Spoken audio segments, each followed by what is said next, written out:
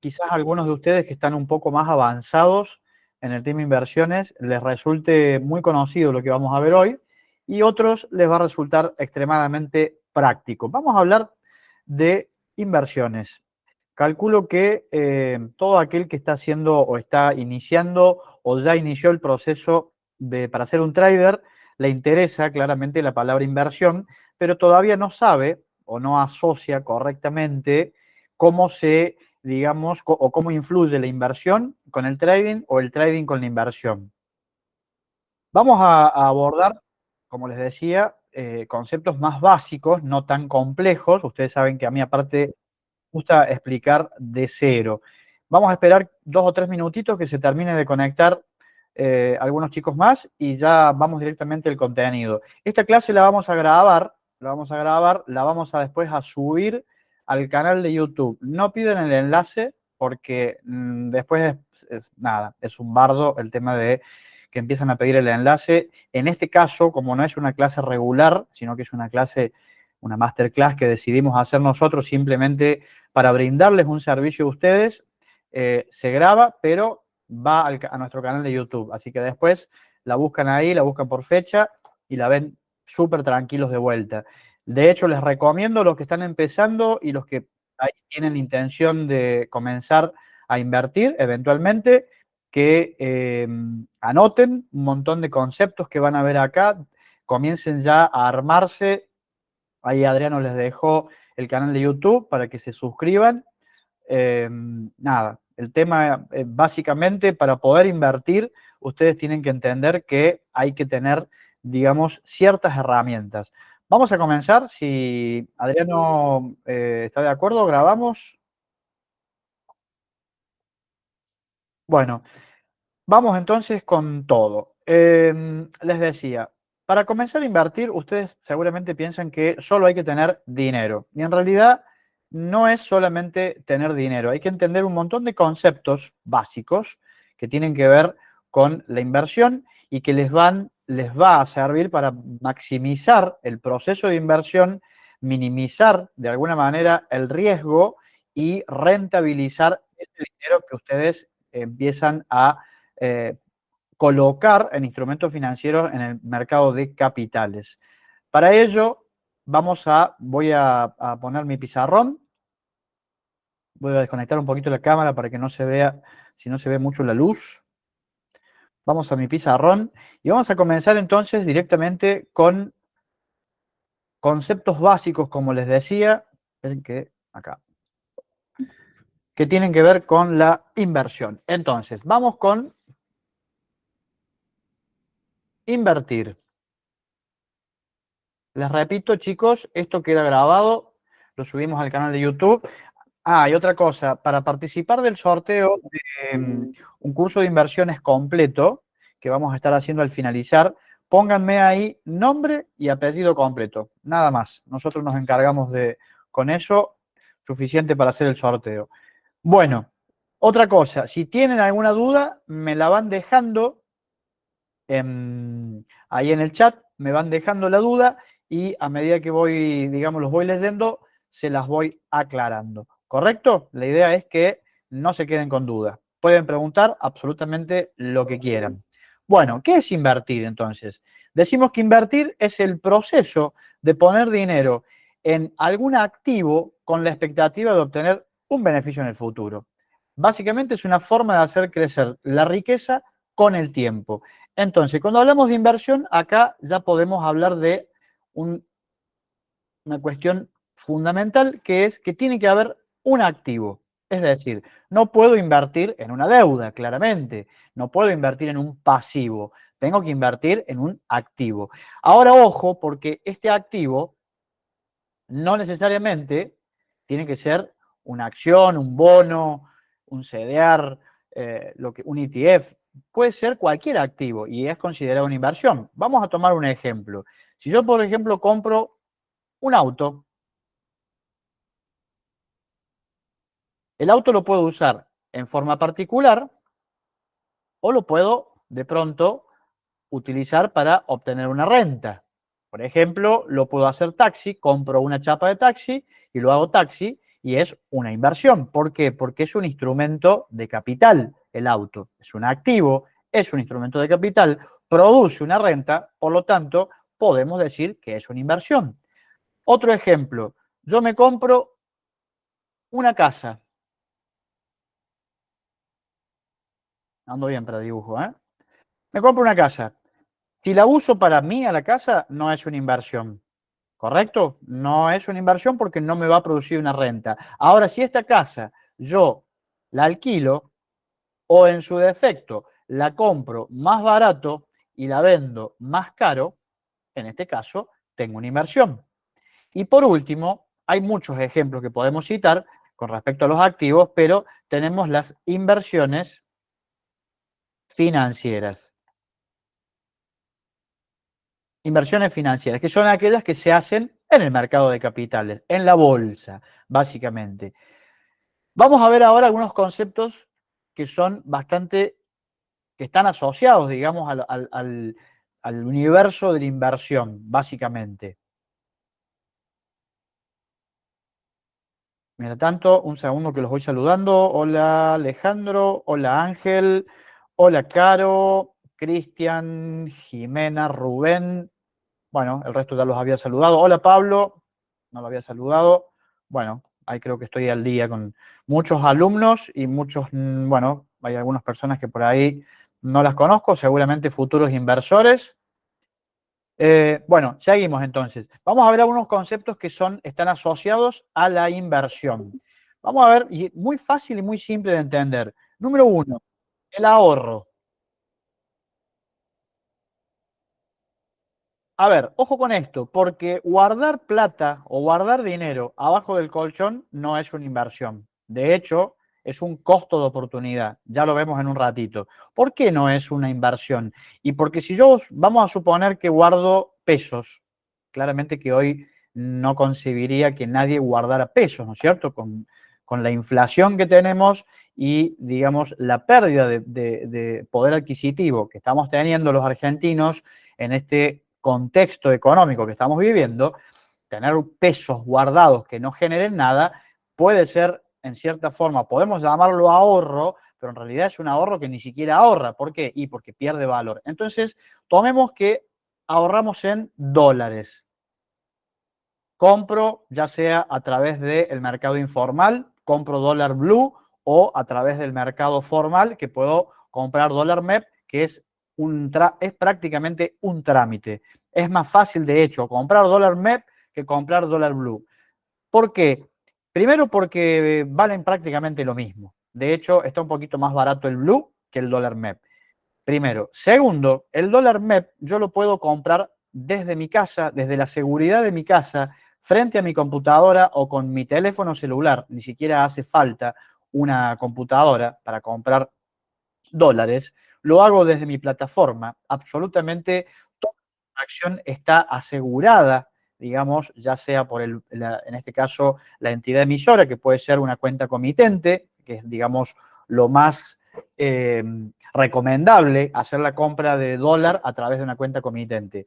Es muy simple. Compro una L30, un bono a L30 o un bono a L29 o un bono a L41, a L45, a L46, LAE38. En definitiva, hay un montón de instrumentos que los compro en pesos y después los transformo en dólares. El más común de todos los conocemos, es el AL30.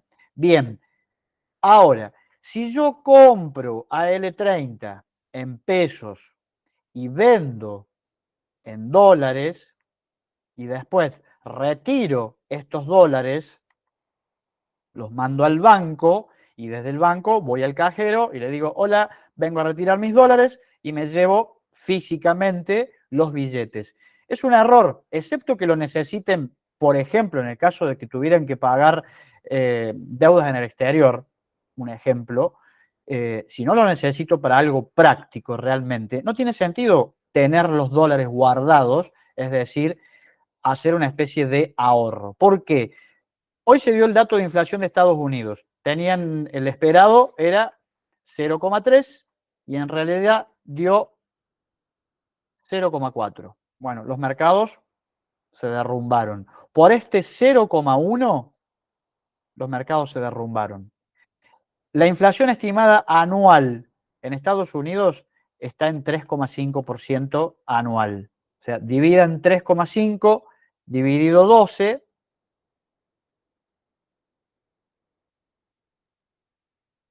nos da más o menos un 0,29 mensual de inflación. Quiere decir que mis dólares perderían nominalmente hablando 0,30, por decirlo así, 0,30% en forma mensual. Si yo guardo 100 dólares, al finalizar el año no voy a tener más 100 dólares, voy a tener 96,50. ¿Por qué? Porque le acabo de restar la inflación. ¿Se entiende esto? Hola Mayra, ¿cómo estás? ¿Se entiende esto claramente? Es decir, ¿sirve entonces guardar algo que va perdiendo valor? No, no sirve. Ahora, otro ejemplo, la típica. No, porque los autos están baratos, entonces me compro un auto, como los autos claramente tienden a cotizar en dólares y el dólar puede aumentar. Bueno, ¿qué pasa? Dos factores. Primero, el dólar no aumenta. Puede pasar, como está pasando ahora, que está clavado en el orden de los 1000. 980, 970, 950, 1010, 1020. Está en promedio en 1000 pesos el dólar. Y hace ya varios meses que sucede esto. Entonces, compro un auto, el auto se deprecia, el auto paga impuestos, el auto corre el riesgo de ser chocado, robado, prenderse fuego. En definitiva, le pueden pasar un montón de cosas. Entonces, sirve ahorrar con un bien que no me va a producir nada. Ahora, si yo compro un auto, como les decía antes, compro un vehículo para ponerlo a trabajar, no sé, de pronto, si vivo en Buenos Aires, que tengo más población, hay más densidad poblacional, puedo hacer Uber, Cabify, no sé, cualquier servicio esto de transporte y me genera una monedita con el auto y también lo uso para disfrutarlo. Puede ser, es una inversión, no deja de ser una inversión y se la daría como válida. Pero tengan presente, cuando hablamos de ahorro, tengan presente este contexto antes de comenzar a guardar o a amarrocar dinero abajo del colchón. Vamos con el siguiente concepto.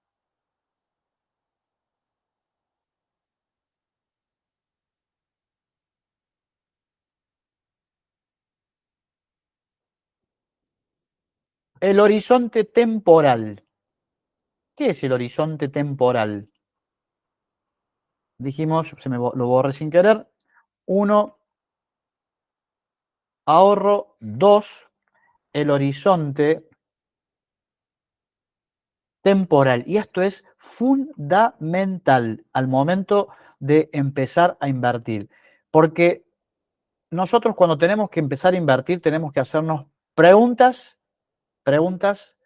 que nos vamos a responder a nosotros mismos y eso nos va a dar un poco la estructura de la inversión que queremos hacer. Primera pregunta, ¿cuánto? Segunda pregunta, ¿cuándo? Tercera pregunta, ¿con qué o cómo?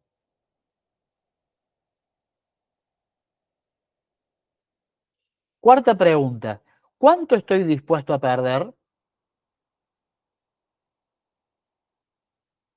Quinta pregunta, ¿cuánto quiero ganar? Una vez que nosotros, vamos a hacer la última pregunta, la voy a poner acá, total, no importa el orden, ¿para qué invierto?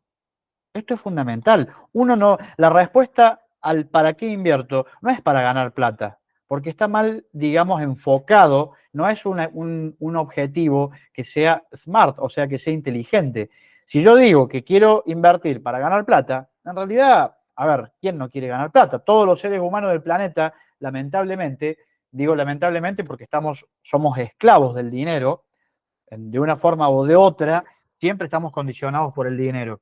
Algunos más, otros menos, algunos ganan más, otros ganan menos, pero en definitiva, todos estamos condicionados por el signo, digamos, por el signo peso. Entonces, ¿para qué quiero invertir? ¿Para comprarme un auto? ¿Para irme de vacaciones? ¿Para mi jubilación? ¿Para pagarle la universidad a mis hijos? No, nada que ver, Cristian. Esto no es una clase de trading, esto es una masterclass de inversiones. Sigo. para pagarle la universidad a mis hijos, para hacerme una cirugía estética, para tener el día de mañana un pasar económico tranquilo, para jubilarme eventualmente de mi actividad, la que realice todos los días y realizar otra en definitiva. Cada uno de los objetivos depende de cada uno de los inversores. Podemos poner 100 inversores y cada uno va a tener un para qué, es decir, un objetivo de inversión diferente. El horizonte temporal, cuando hablamos del horizonte temporal, hablamos básicamente de el cuándo. ¿Cuándo invierto? ¿Cuándo y hasta cuándo? O sea, ¿cuánto tiempo voy a tener esa inversión corriendo en el mercado de capitales? Y a su vez, ¿cuánto o cuándo, mejor dicho, voy a retirar algún tipo de renta para que me deje claramente el beneficio que estoy esperando? ¿Se entiende? Es decir, si no tengo un horizonte temporal, claramente estoy complicado porque no se puede invertir y vamos viendo nada. En el mundo de las inversiones no se va viendo, se invierte con un objetivo y se retira esa inversión cuando se llega al objetivo. Les voy a dar un ejemplo concreto. Yo compré, de los que me acuerdo, ¿no es cierto?, de memoria, compré CDRs, o sea, acciones de Estados Unidos, en el 2022 y 2021, 2021, 2022. En realidad, toda la vida compré, pero estos CDR hoy los vendí. Vendí algunos CDR de Coca-Cola, vendí Amazon, vendí Apple. ¿Qué más vendí? Vendí el ETF de energía. ¿Por qué los vendí? Los vendí porque ya tenían una ganancia más que suficiente y dejarlos, más en este contexto donde los CDR hoy por hoy perdemos en pesos, podemos ganar en dólares, pero perdemos en pesos. Eso lo vamos a explicar en todo caso, si me da el tiempo, se lo explico más tarde, por qué perdemos en pesos, pero ganamos en dólares con los CDR.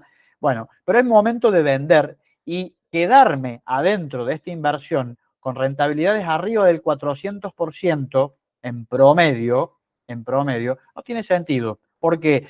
Primero porque en estos casos, en el análisis subyacente, es decir, estudiando cada activo dentro de lo que sería la acción original, están, igual que el caso de Meta, el caso de Google, están en máximos. ¿Qué quiere decir que un activo esté en máximos? Que el precio está muy alto. Entonces, para mi objetivo, esto no quiere decir que todos aquellos que tengan Coca-Cola, Amazon, Apple o Meta tengan que salir a vender, porque depende del objetivo de inversión que tenga cada uno.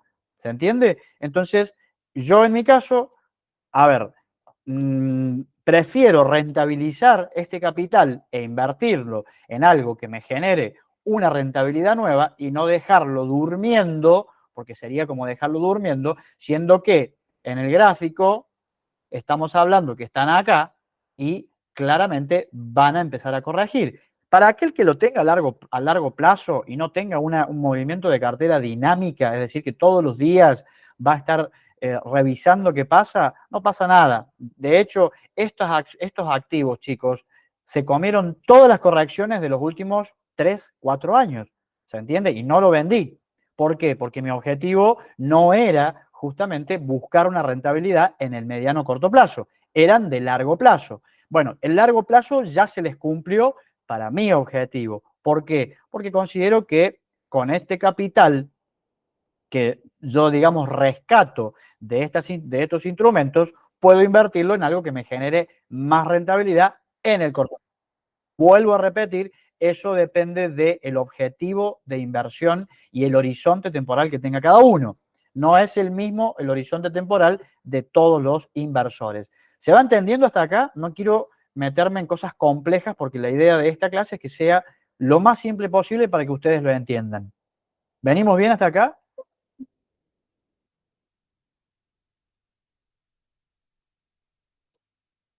Bien. Vamos con el siguiente punto. Hablamos de diversificación. Error común. Por ejemplo, la acción de Mercado Libre está subiendo fuerte, entonces, y yo tengo un capital, vamos a poner mi capital. Tengo un capital, esto es un ejemplo, de 100.000 pesos. La acción de Meli está subiendo fuerte, Mercado Libre, vamos a poner que, a ver, ¿por qué uso justo Meli? Porque cotiza como ADR en Estados Unidos, ¿cierto? O sea, es un instrumento argentino, en este caso, que cotiza en el exterior. Y compro Meli, compro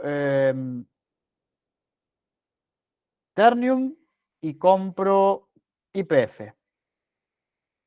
Bueno, pero de las tres, Meli es la que más me gusta porque resulta que, no sé, le hago un análisis o escuché una noticia o escuché a mi analista, el youtuber que nunca falta, y me dijo que Meli se va para arriba, entonces, como Meli se va para arriba, yo le voy a poner 70.000 a esta, a Meli, y le voy a poner 15 a cada una de estas acciones. ¿A ustedes qué les parece? También en SDR. Meli la pueden operar como ADR o la pueden operar como un CDR. ¿Qué les parece? ¿Está bien armado esto? Está mal, exactamente. ¿Por qué está mal? Porque puse básicamente el 70% de la cartera en Mercado Libre y el 15% en cada una de las dos acciones restantes. Entonces, si yo no tengo realmente conocimiento, experiencia y práctica para hacer esto, lo más probable es que si Meli baja, por más que estas dos suban, yo pierdo plata. En cambio, si yo pongo 33 en cada una,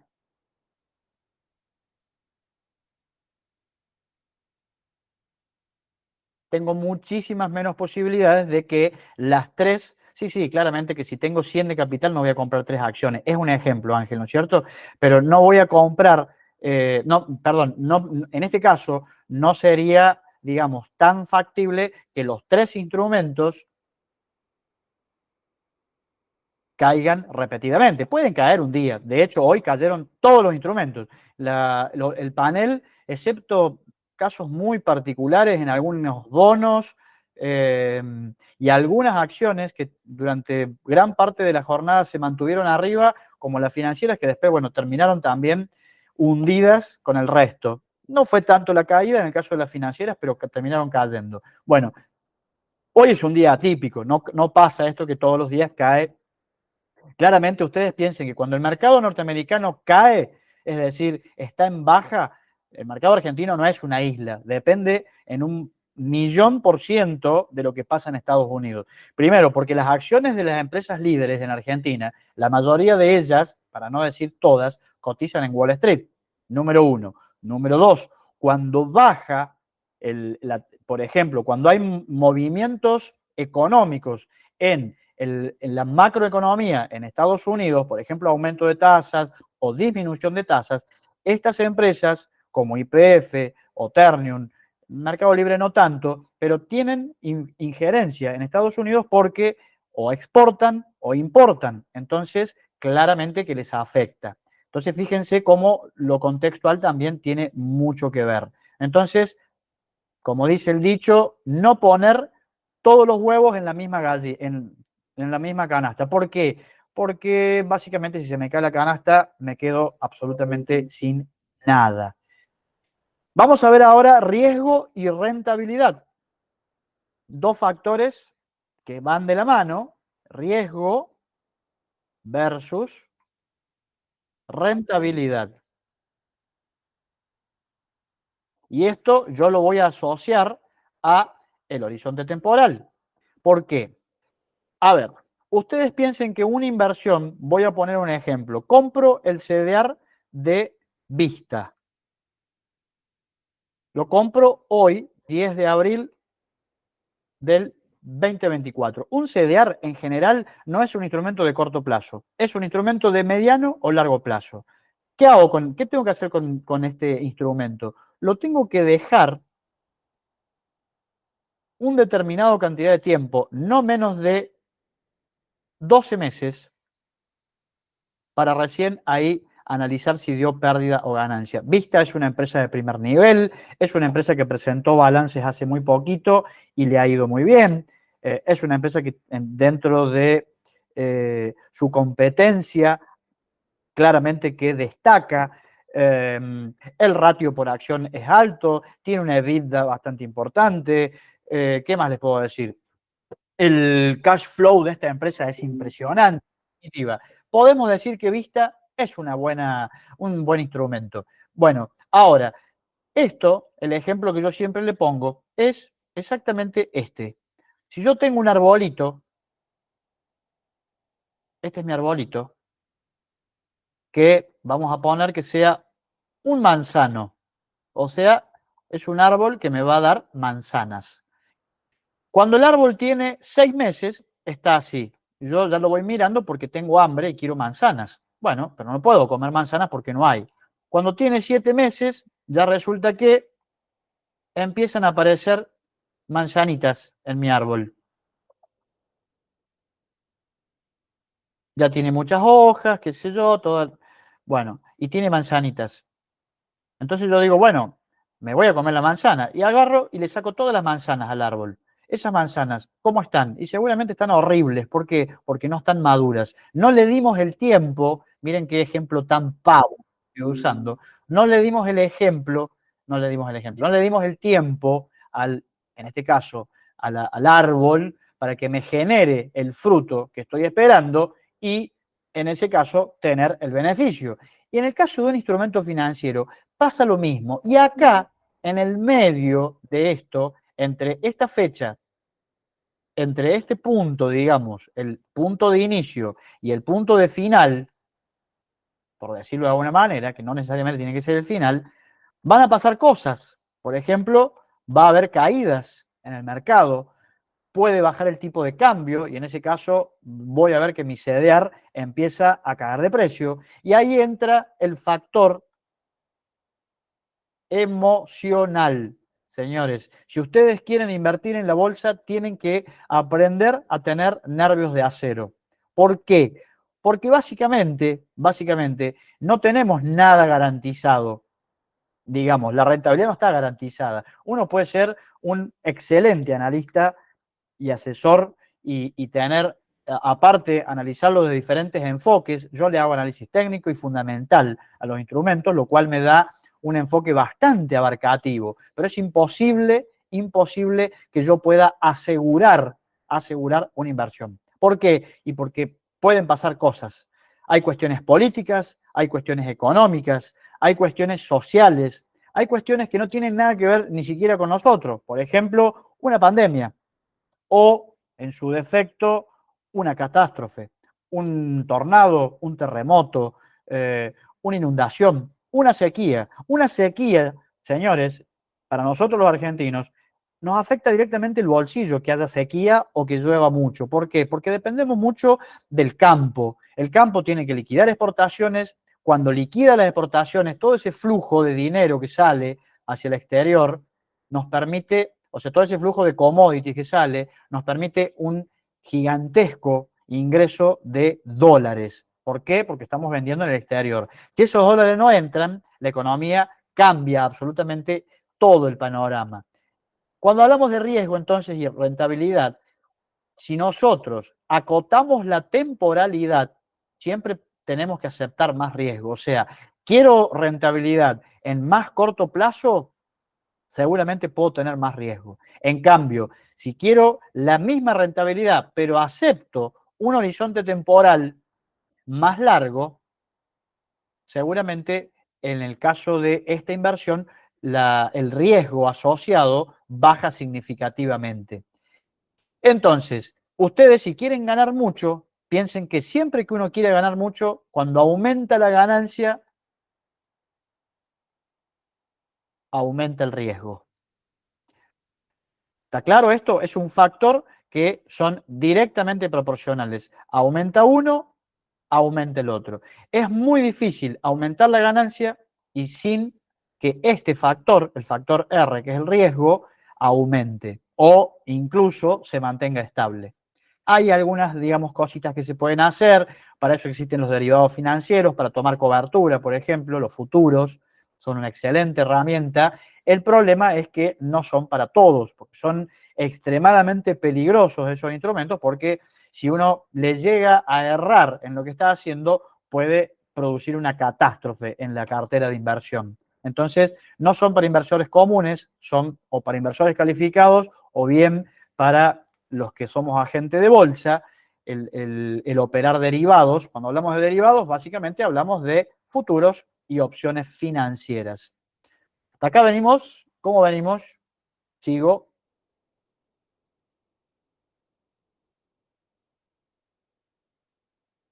Bueno, hablamos entonces de diversificación. Hablamos de riesgo y rentabilidad. Vamos a ver cuáles son o cuáles pueden potencialmente ser los tipos de inversiones. Bueno, en este caso hay un montón de inversiones que ustedes pueden realizar.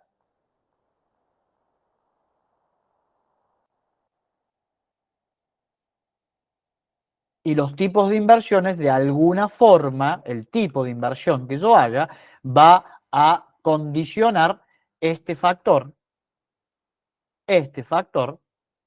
y este factor. ¿Por qué? Porque, a ver, no tiene el mismo horizonte temporal. Un bono, supongamos que compro un bono que amortiza capital el 29 de abril y yo lo compro hoy. Primero que no tiene mucho sentido comprar un bono a 19 días del vencimiento porque claramente lo voy a pagar caro y el cupón eventualmente que pueda, perdón, en este caso es amortización más cupón, porque es un bono que vence, no me va a rentabilizar la operación. Entonces acá el tiempo sí. Ahora, si yo compro un AL30, pregunto, a ver si, seguramente esto lo van a saber, ¿cuándo vence el AL30? ¿En qué año? Es muy fácil la respuesta, chicos, ¿eh? ¿De qué color era el caballo blanco de San Martín? Les estoy preguntando. Exactamente, Pablos. Lo dice el mismo bono. El AL30 vence en el 2030. El AL29 vence en el 2029. Entonces, el tipo de inversión está condicionado a la cantidad de riesgo que yo voy a asumir, a la rentabilidad que voy a esperar dentro de mi horizonte temporal y, por supuesto, diversificando siempre todos los instrumentos que voy a utilizar para mi cartera. Seguimos. Esto creo que no tiene mayor nivel de complejidad, es bastante fácil de entender, por lo menos así lo veo yo. Si ustedes por ahí eventualmente les queda la duda, por favor me van preguntando. Vamos a hablar un poquito de costos. Siempre al momento de invertir hay que acordarse que hay costos para invertir. Invertir no es gratis. Como primera medida, a ver, la cuenta comitente que ustedes abren en cualquier broker es gratis. No tiene ningún costo, ni tiene costo de mantenimiento, ni tiene costo de apertura, ni tiene ningún costo. Absolutamente cero. Incluso le ponga un peso o 100 millones, no pasa absolutamente nada. No es que a partir de X capital el broker les va a cobrar o les va a pasar un costo o tiene un costo de mantenimiento cero. En ese caso no hay costo. El costo que tiene básicamente son las comisiones. ¿Por qué? Bueno, ustedes piensen que, por ejemplo, si hablamos de Balance, que es uno de los brokers que yo represento, Balance, ¿qué es Balance? Balance es una ALIC, o sea, un agente de liquidación y compensación. Básicamente es un agente que está, por supuesto, habilitado por la Comisión Nacional de Valores, según la ley del mercado de capitales 26.831, a operar en el mercado. ¿Por qué? Porque nosotros no podemos ir al mercado. Ahora lo vamos a ver dentro de un minuto, de dos. ¿Por qué no podemos ir al mercado? Porque los compradores y vendedores, en realidad vamos a hablar de los inversionistas, no pueden ir directamente al mercado o hablarle por teléfono a Pampa y decirle, che, Pampa, ¿me vendes acciones? Che, YPF, ¿me vendes unas accioncitas? Dale, haceme precio, tirame una onda. No, no se puede. No hay forma. ¿Por qué? Y porque nosotros no tenemos acceso directo al mercado. Para eso está el broker, ¿correcto? O el agente de bolsa. Nosotros los agentes de bolsa matriculados podemos tener acceso al mercado en determinadas situaciones sin depender, por ejemplo, de el broker. ¿Por qué? Bueno, porque, por ejemplo, podemos hacer oferta pública, eventualmente podemos armar un fondo común de inversión o un fideicomiso y podemos presentarlo en el mercado primario sin necesidad de pasar a través de un broker. Pero para eso hay que ser un agente de bolsa o una LIC. En este caso, Balance o Ecovalores, Banza, Cocos Capital, no sé, Bull Market, Alaria, Alfi, Wina, no sé, hay miles dando Banza, les va a cobrar, ¿por qué? Porque es el trabajo de ellos, chicos. El broker me permite operar dentro de una plataforma absolutamente transparente, en tiempo real, sin ningún tipo de dilación, sin manipulación, sin mentira. Todo lo que se hace en el mercado de capitales está garantizado justamente por el mercado de capitales. Nada, nada que se haga dentro del mercado de capitales está descalzado. No hay forma de ser estafado dentro del mercado de capitales. Claro, siempre que utilice un broker de primer nivel, ¿cierto? A ver, hay otros brokers, incluso dentro de los que nombré recién, que son complicados porque no tienen asesores, porque no tienen ayuda al inversor, porque ante cualquier reclamo demoran una eternidad en contestar. Bueno, son cuestiones técnicas, digamos eso, que no hace a la inversión. La inversión es la misma en todos los brokers. Compro YPF o compro BIMA o compro lo que sea en un broker, en el otro va a tener el mismo precio, la misma rentabilidad, exactamente lo mismo. Eso ténganlo siempre bien clarito. Bueno, entonces, después eventualmente tienen costos de asesoramiento. Y ustedes dirán, ah, pero yo soy el tipo más vivo del mundo y entonces no voy a pagar el asesoramiento porque me la arreglo sola, porque esto es fácil. Esto es, voy viendo qué activo está en buen precio y lo voy comprando. Ustedes piensen que un asesoramiento financiero, cuando está bien hecho, les va a potenciar la cartera de manera tal que ustedes, haciéndolo solo, no ganarían ni cerca de lo que ganarían teniendo una base financiera a través de un asesor financiero en forma correcta, donde van a ganar muchísimo más, así le paguen al asesor como corresponde por su trabajo profesional, los honorarios.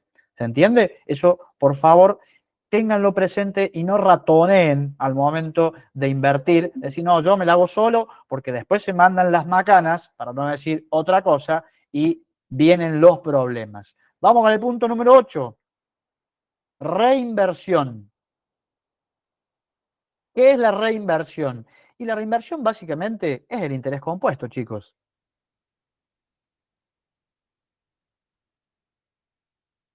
Les hago un ejemplo, voy a borrar acá arriba. Vamos a hacer un ejemplo acá arriba. Invierto un capital de 100. A los 6, bueno, al X tiempo, vamos a ponerle variable X, al X tiempo, tengo 110. ¿Cuánto gane? 10%. Lo vuelvo a dejar al mismo X tiempo. ¿Y cuánto voy a tener? Bueno, voy a tener la rentabilidad de los 110, o sea, voy a tener la rentabilidad sobre el capital, otra vez le voy a sumar la ganancia, voy a tener 111. Y así sucesivamente, a medida que yo voy sumando capital más interés ganado, más capital más interés ganado. ¿Por qué? Porque esto era capital al principio y esto eran intereses. Acá, esto ya es capital. A esto le sumo los intereses. Lo que me da el resultado que me da esto es capital. Le vuelvo a sumar los intereses. Y así sucesivamente. Y créanme que el poder del interés compuesto es extremadamente, es impresionante lo que se puede ganar sobre la misma inversión, siempre por supuesto que traccione para el lado correcto. Si mi inversión empieza a perder dinero, empieza a perder plata, tenemos un problemita técnico. Bueno, ¿cómo venimos hasta acá? ¿Dudas, preguntas o consultas?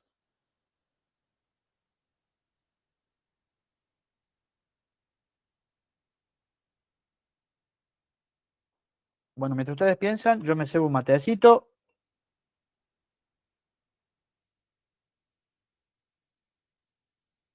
Fondos comunes de inversión. Ahí después les paso un enlace. Hay una página, no, la tengo guardada en los favoritos, para que ustedes, ahí tienen todos los fondos comunes de inversión. De todos modos, ahí les voy a anotar, pueden entrar a los fondos que existen a través de www.cnb barra punto gov.ar. Prueben ahí. Creo, a ver, ya les digo, hay algún error.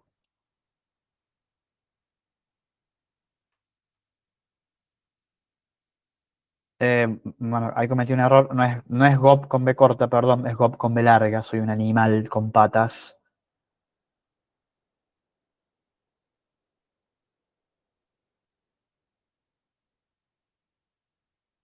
Está bien, perfecto, perfecto Alejandro lo que dice. Sí, es decir, no pasa por ser egoísta en realidad. Ahí está, gracias Gabriel, te voy a contratar de asistente. Eh, Lo podés ver ahí, si no después les paso, hay una página que no la tengo en este momento a mano, que están todos los fondos que existen, digamos, en el universo de los fondos argentinos. Pongan el nombre, chicos, ahí, así los que se ganan en el cursito de inversiones, que está buenísimo. Bueno, vamos a ver dos o tres cositas más y recién se acuerdan que hablaba de mercado. Esto sí quiero explicárselos hoy. Mercado, para dejar claro algunos conceptos. Existen dos clases de mercado. Estamos hablando de Argentina, ¿no? Mercado primario, estamos hablando de mercado financiero, ¿no es cierto? Mercado financiero. Existen miles de clases, no sé si miles, pero existen muchas clases de mercados financieros. Bueno, Balance tiene, diría yo, de los mejores fondos. Aparte, Balance tiene una ventaja que lo tienen que tener en cuenta. Es creador de sus propios fondos. No utiliza fondos de terceros, como les diría el 90% de los otros brokers. Eh, sí, exactamente. Por privado, los que quieran el enlace de Balance para abrirse la cuenta, le escriben a Adriano, o me escriben a mí, o escriben en el grupo, y nosotros lo pasamos. Pero no es una cosa así tan masiva. Ustedes si se abren una cuenta en un broker, por ejemplo en Balance, vamos a hablar de Balance específicamente, Balance les asigna por default un asesor. El problema es que es un asesor que no asesora. Entonces, no es que yo sí asesoro porque soy bueno. Sí soy bueno, pero aparte, bueno, escriban por privado y les explico cómo trabajamos nosotros y cuál es el sistema que tenemos para justamente sí asesorar a los clientes en forma íntegra o integral y dinámica. Mercado primario y mercado secundario. Esto, por favor, se lo graban y se lo aprenden. Bueno, dale, Franco, tranqui. Después me hablas, no hay ningún problema. Mercado primario. El mercado primario, más comúnmente conocido como el mercado de financiamiento, emisión y deuda o deuda. El mercado secundario, más conocido como el mercado de la liquidez y el mercado de la comercialización. Vamos a ver cómo funciona esto.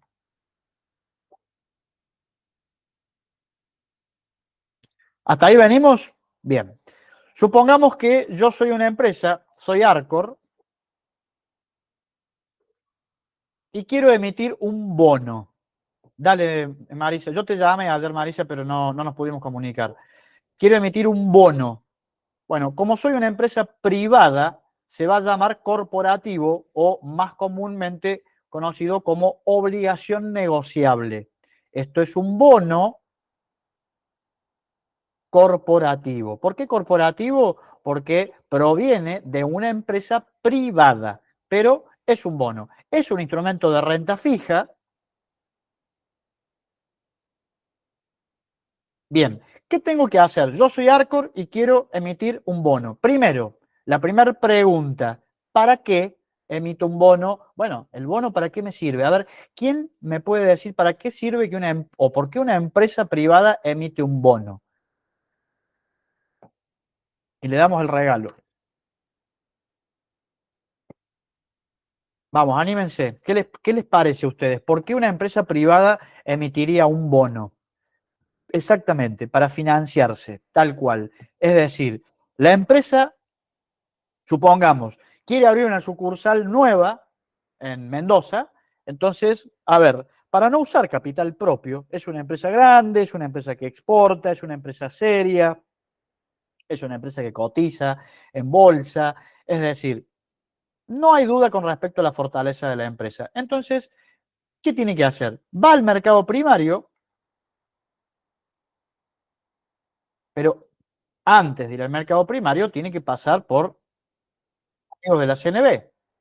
Presenta en CNB el prospecto de emisión.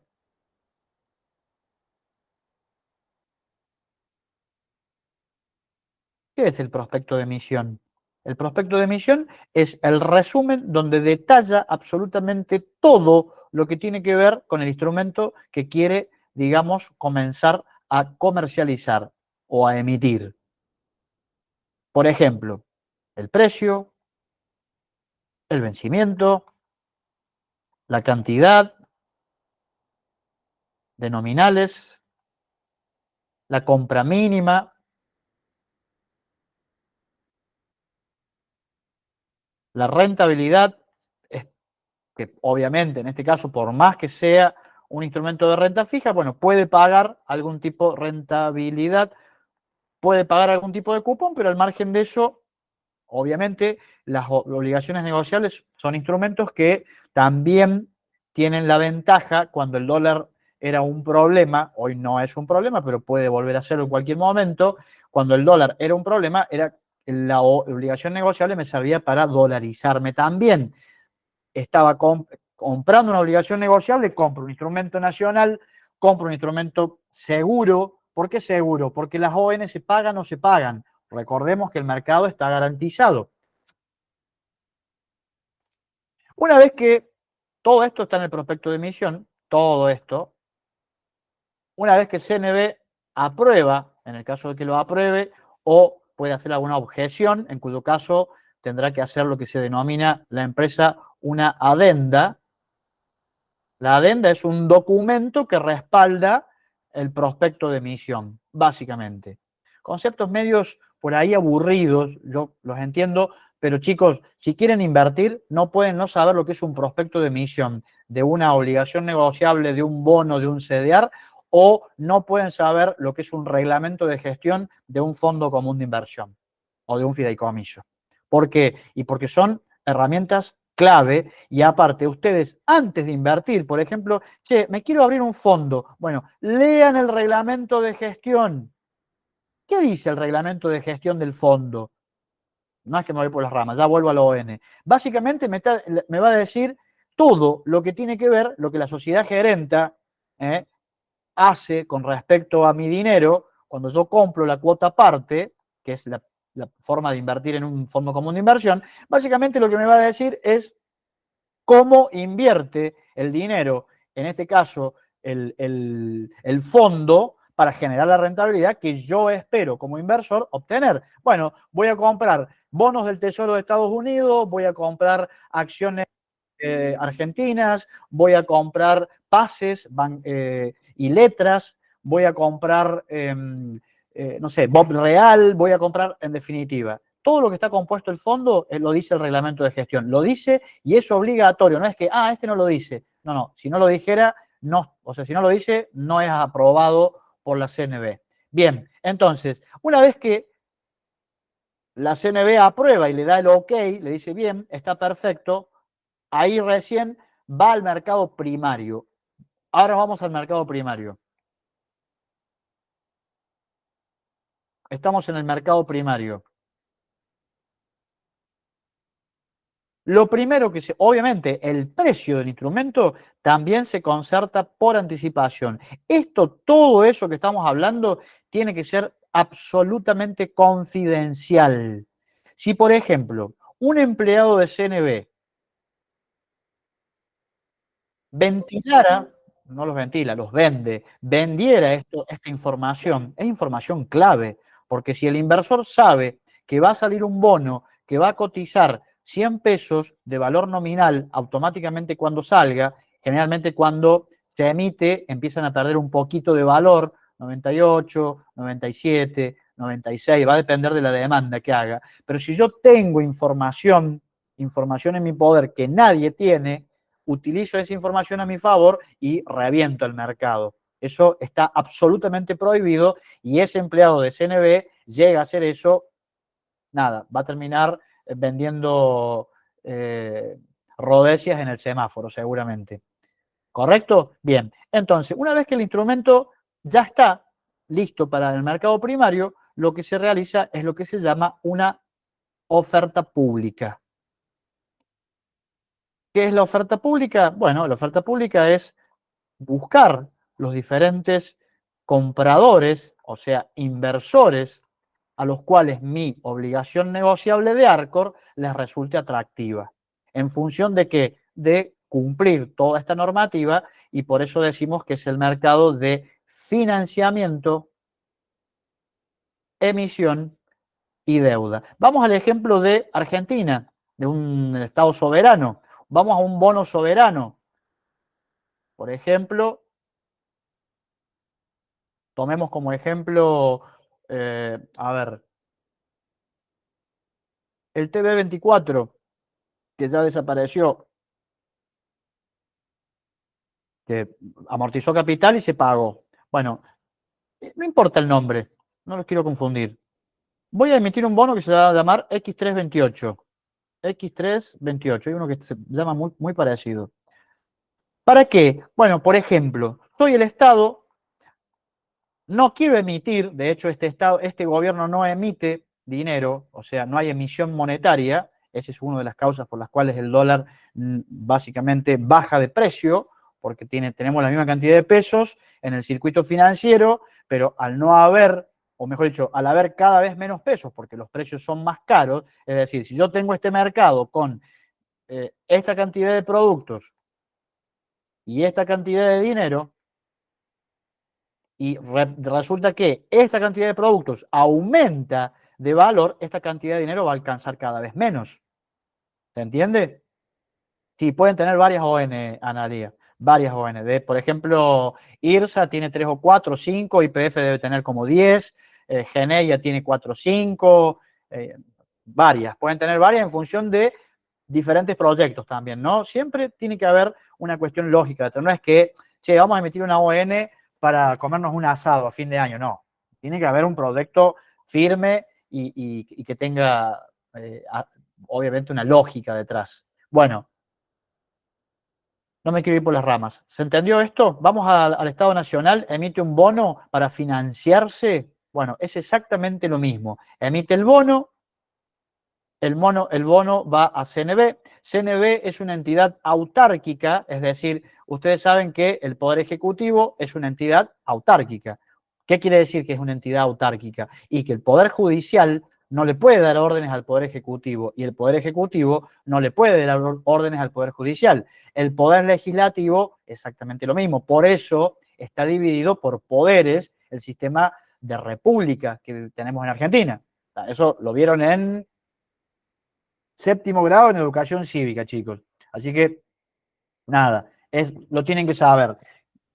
Cuando es autárquico, quiere decir que el Poder Ejecutivo no le puede decir a CNB, che, autorizame este bono porque me hace falta dinero. No, no puede. Tiene que cumplir absolutamente todos los requisitos del prospecto de emisión de ese bono. ¿Para qué? Para que CNB le dé el visto bueno y a continuación este instrumento, este bono que emite el gobierno, va al mercado primario y ya comienza a, digamos, luego de la oferta pública, comienza automáticamente a pasar al mercado secundario. Y en el mercado secundario, ¿por qué decimos que es el mercado de la liquidez y de la comercialización? Porque es básicamente donde se comercializan absolutamente todos los instrumentos que existen y que están listados en los diferentes brokers que existen en la República Argentina. Bueno, ¿alguna duda? Esto es muy fácil, creo. O sea, les traje un contenido muy simple para que aprendan de cero, un poquito, tengan un poquito de conocimiento. Vamos a las preguntas, chicos. Vuelvo otra vez a la cámara. No les voy a dar más contenido nuevo para que no se me harten.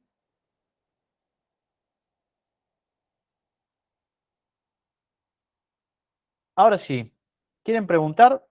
Están habilitados. Los leo, chicos. Ahí Analia me había preguntado si pueden tener varias, o en las empresas pueden tener, así como el Estado emite permanentemente bonos, también pueden las empresas privadas, eh, exactamente. Eso hace las distintas nomenclaturas, así es, tal cual. Bueno, si no tienen preguntas, vamos al sorteo. ¿Qué les pareció la clase? ¿Les sirve, les suma, les agrega? La idea es traerles cosas que a ustedes les sean útiles, chicos, ¿eh? Que les permita de a poquito ir entendiendo cada vez más el mercado, cada vez más los diferentes conceptos, las herramientas. La próxima clase vamos a hablar un poquito de renta fija, un poquito de renta variable y un poquito de renta mixta. Bueno, gracias a todos ustedes. ¿Puede una empresa no pagar una obligación negociable? No. ¿Por qué? Porque existe, Gabriel, lo que se llama mercado garantizado. Les voy a comentar cómo es. Por ejemplo, si yo soy una pyme y quiero hacer oferta pública, puedo hacer oferta pública bajo lo que se llama régimen pyme, ¿correcto? Una cosa muy simple que tiene muchas, digamos, cuestiones más simples que el régimen general, porque al ser pyme, claramente, se entiende que no soy una gran empresa.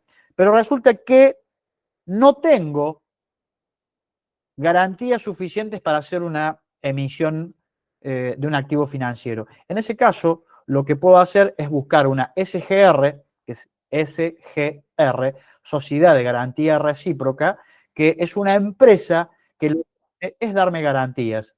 ¿Correcto? Se arregla conmigo, yo arreglo con esa empresa en forma privada y al mercado yo le doy la garantía que el mercado necesita. ¿Por qué les digo esto? Por lo que les explicaba recién. No existe un instrumento en el mercado, excepto los bonos nacionales y provinciales, o sea, soberanos y subsoberanos. Soberanos son los bonos del Estado, subsoberanos son los bonos de las provincias. Ahora, por ejemplo, esta semana la provincia de Chaco emitió 3 bonos, son subsoberanos. La provincia de Buenos Aires tiene un montón de bonos subsoberanos. En Córdoba tenemos 2 o 3 bonos también. Bueno, en estos casos, bueno, pasó hace poquito con La Rioja, que hicieron una emisión de un bono y resulta que el bono no se pagó.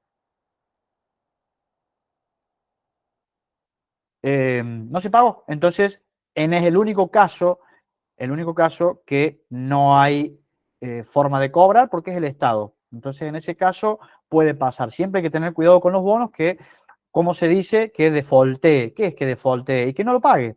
El gobierno anterior, este no, el gobierno anterior defaulteó la mayoría de los bonos. Por eso los bonos estaban en el piso. ¿Por qué? Y porque nadie quería bonos porque corría el riesgo de que no te los pagaran. ¿Se entiende? Bueno, vamos con el sorteo, Adriano. Mientras tanto, ustedes tienen tiempo, pueden